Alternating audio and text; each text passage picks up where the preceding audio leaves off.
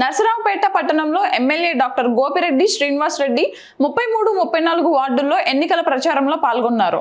MLA గోపిరెడ్డితో పాటు పట్టణ వైఎస్ఆర్సీపీ అధ్యక్షులు హనీఫ్ కాజావలి మరియు వార్డు నాయకులు, వైఎస్ఆర్సీపీ నాయకులు, కార్యకర్తలు, మహిళలు పాల్గొన్నారు. ప్రజల సమస్యలు తెలుసుకుంటూ వార్డుల్లో విస్తృతంగా పర్యటించారు. వైఎస్ఆర్ కాంగ్రెస్ పార్టీ నవరత్నాల గురించి ప్రజలకు వివరించారు. జగన్మోహన్ రెడ్డి గారు సంక్షేమ పథకాలు వాలంటీర్ల ద్వారా ప్రతి ఇంటికి చేర్చారు. వాలంటీర్లు కావాలా లేదమ్మా? మనందరికీ కావాల్సిన చేతులు ఎత్తండి.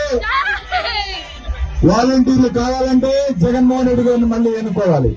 పెన్షన్లు 1వ తారీఖు మీ ఇంటికి వచ్చి ఇవ్వాలంటే జగన్మోహన్ రెడ్డి గారిని ఎన్నుకోవాలి.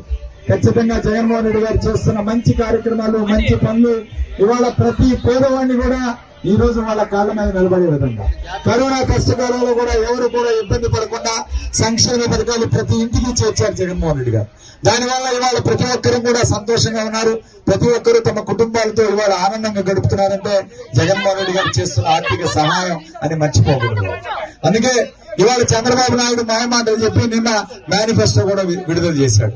ఈయన జగన్మోహన్ రెడ్డి గారు చేస్తున్న పథకాలకే ఇవాళ దాదాపు 52 లక్షల కోట్లు కావాల్సి వస్తే 4 సంవత్సరాల్లో ఈయన పెట్టిన బడ్జెట్ కి 72 లక్షల కోట్లు కావాలి. మరి జగన్మోహన్ రెడ్డి గారు చేస్తేనే మరి ఆంధ్రప్రదేశ్ శ్రీలంక అయిపోద్ది పథకాలన్నీ ఇస్తున్నాడు అన్నాడు. మరి నువ్వు పెట్టిన పథకాలకి ఈ రోజు ఈ దేశం, ఈ రాష్ట్రం ఏమైపోవాలని చెప్పి ప్రతి ఒక్కరూ అందించాలి. ఆయనకి మేనిఫెస్టో మీద నమ్మకం లేదు. మేనిఫెస్టో అంటే ఎమ్మటే ప్రజల్ని మోసం చేసి కుర్చీ ఎక్కిన తర్వాత ఈ మేనిఫెస్టోని చెత్తపట్లో పడేసే వ్యక్తి చంద్రబాబు నాయుడు. కానీ జగన్మోహన్ రెడ్డి గారు కాదు. ఇచ్చిన మాట ప్రకారం ఈ రోజు డ్వాక్రా మహిళలకి, అక్క చెల్లెలకి 26,000 కోట్లు చెల్లించాడా లేదా ఒకసారి ప్రతి ఒక్క సోదరు కూడా ఈ రోజు గమనించాలి. చంద్రబాబు నాయుడు కూడా చెప్పాడు 2014లో నేను బేషరతుగా డ్వాక్రా రుణాలు మాఫీ చేస్తాను, బంగారం మీ ఇంటికి తీసుకొచ్చి ఇస్తానని చెప్పి. కానీ ఆయన చేయలేదు. జగన్మోహన్ రెడ్డి గారు వచ్చిన తర్వాత చేసి పెట్టారు. ఇవాళ మళ్ళీ అదే అబద్ధాలు ఆడుతున్నారు. అదే అబద్ధాలు ఇవాళ బయటికి చెప్తున్నారు. ల్యాండ్ టైటిలింగ్ యాక్ట్ అని ఆ యాక్ట్ ఒకటి తీసుకొచ్చి ఇవాళ కేంద్ర ప్రభుత్వం తీసుకొచ్చింది, జగన్మోహన్ రెడ్డి గారి మీద పెట్టి మీ భూములన్నీ లాక్కుంటాడని ఒక దుష్ప్రచారం చేస్తున్నాడు. ఎందుకంటే ఆయన ఓడిపోతున్నాడు కాబట్టి.